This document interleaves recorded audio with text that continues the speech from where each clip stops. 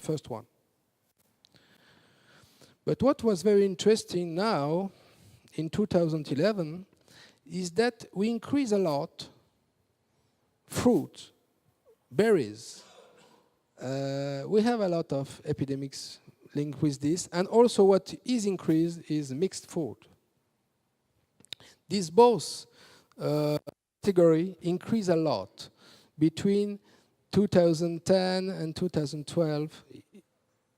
So why? Perhaps now we don't know, but something happened to this. This is an increase, especially for viruses. So viruses are the leading, norovirus are the leading cause for shellfish, the leading cause for berries, and some is the leading cause also for mixed food.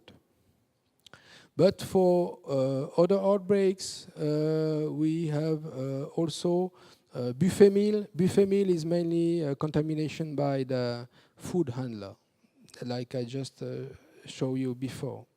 So a high increase mixed food and berries actually in Europe. So the environmental impact, why are berries contaminated? Because of handling the berries or because of irrigating the berries? It's not very clearly shown now. The problem with the berries is that they are kept and then directly frozen, and you cannot wash them because it's a food matrix, very fragile, so you cannot wash them very easily. So the only way to protect is to prevent the pollution.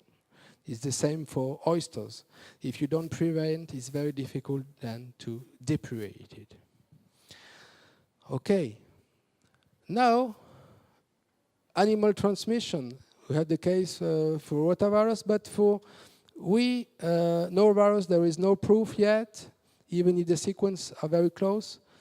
But we had what is the proof? It was demonstrated for hepatitis E virus, and we had an outbreak in France because in France we have a local part in France who prepare figatelli.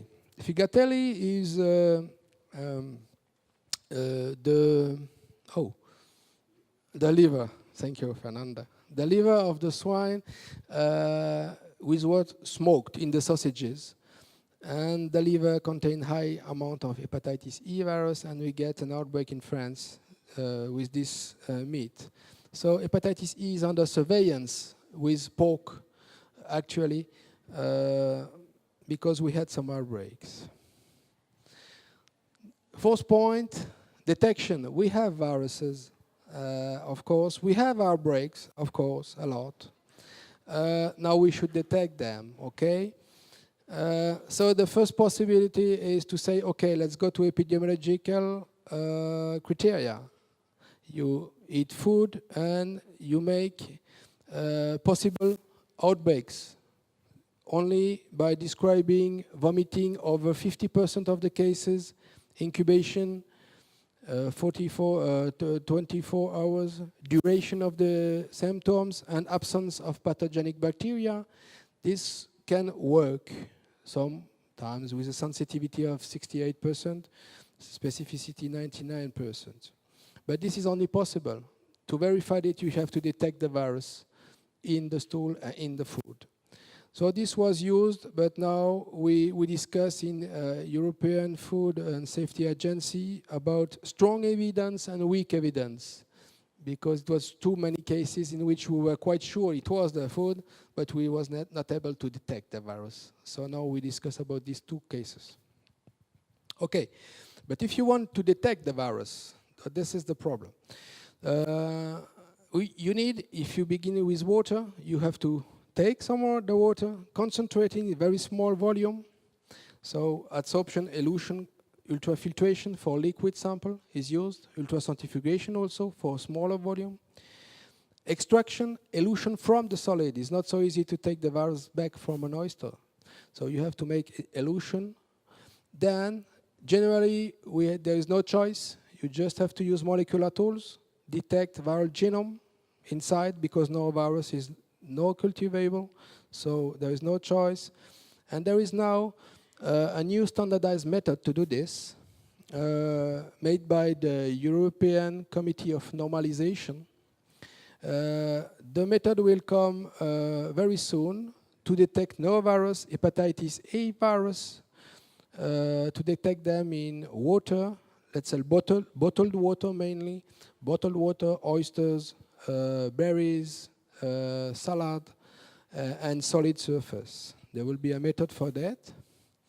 And then when you get the sequence, in Europe we have a tool to put the sequence inside a website we call NoNet. We put the sequence inside a database, and then you can have a look on where your strain was before, if it's a new strain, and so on.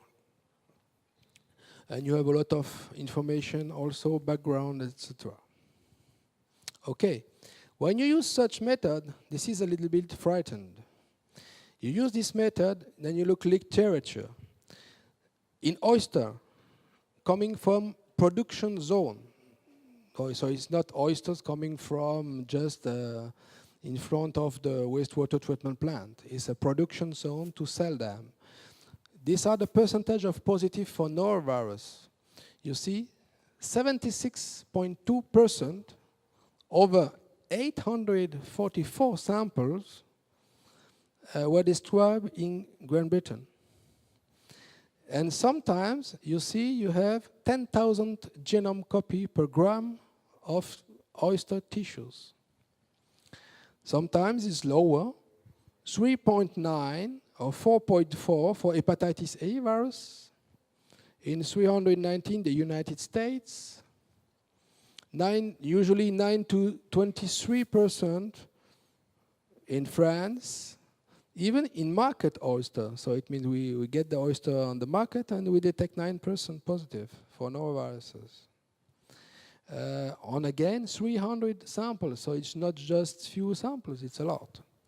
And usually what is described is that oyster contains between let's say 1% to 50% positive in genome of norovirus. So it's very high. In red fruit, in Belgium, France, between 7% and 34% positive.